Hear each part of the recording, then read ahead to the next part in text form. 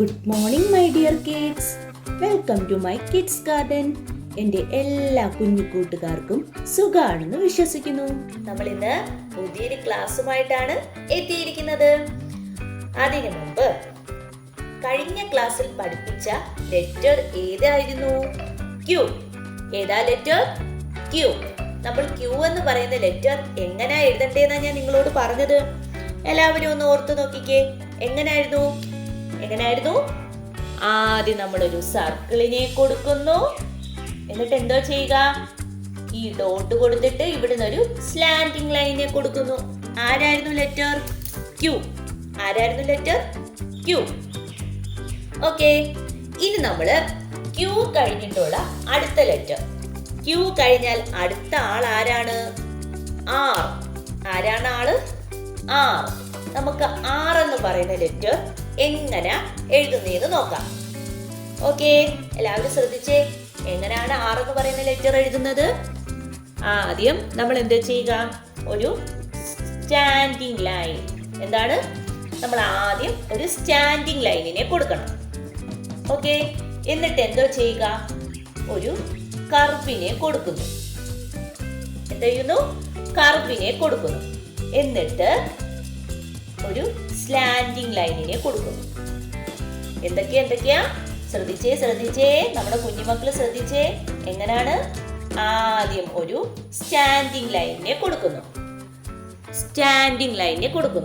എന്നിട്ട് എന്തോ ചെയ്യുക? ഒരു കർവിനെ കൊടുക്കുന്നു. ഈ കർവ് ഇപ്പൊ ഇങ്ങനെ ആയപ്പോ നിങ്ങൾക്ക് ഏത് ലെറ്ററിനെ ഓർമ്മ വന്നേ?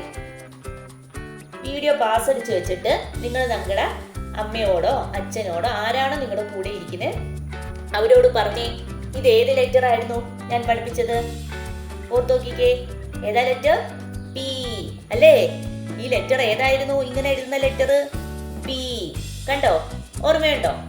ഓക്കെ, അപ്പൊ എന്താ ചെയ്യുക?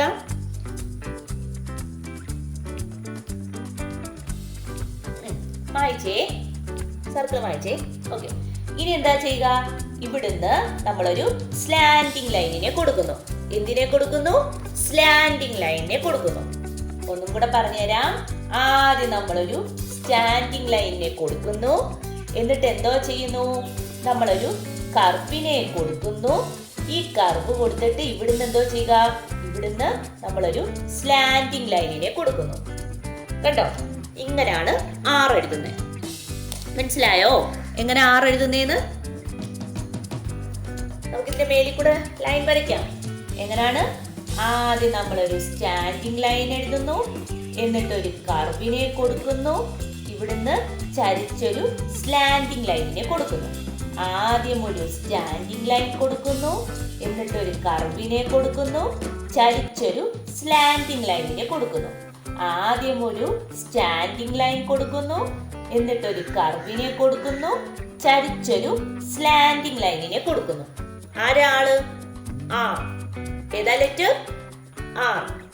കണ്ടോ എങ്ങനെ എഴുതണ്ടേന്ന്? ആറ് എങ്ങനെയായിരുന്നു? ആദ്യം ഒരു സ്റ്റാൻഡിംഗ് ലൈൻ. കണ്ടോ? സ്റ്റാൻഡിംഗ് ലൈൻ കണ്ടോ? എന്നിട്ട് എന്തോ ചെയ്യുന്നു? ഒരു കർവിനെ നമ്മളങ്ങ് കൊടുക്കും. കർവിനെ കൊടുത്തോ? എല്ലാവരും കൊടുത്തോ? എന്റെ കൂടെ എഴുതണേ. എന്നിട്ട് എന്തോ ചെയ്യുന്നു? സ്ലാന്റിംഗ് ലൈനിനെ കൊടുക്കുന്നു. കണ്ടോ? ആർ എന്ന് പറയുന്ന ലെറ്റർ കണ്ടോ? ഇങ്ങനെ വേണം ആർ എന്ന് പറയുന്ന ലെറ്റർ എഴുതാൻ.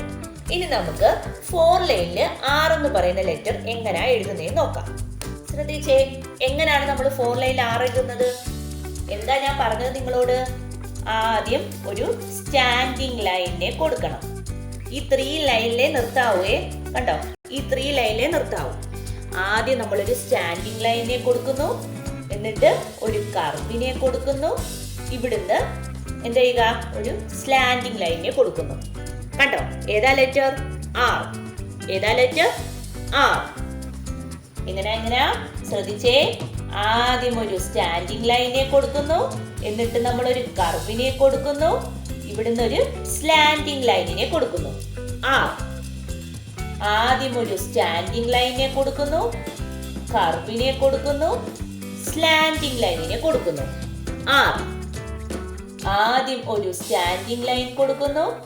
ഒരു കർവിനെ കൊടുക്കുന്നു. ഒരു സ്ലാന്റിംഗ് ലൈനിനെ കൊടുക്കുന്നു. ആർ. മനസ്സിലായോ?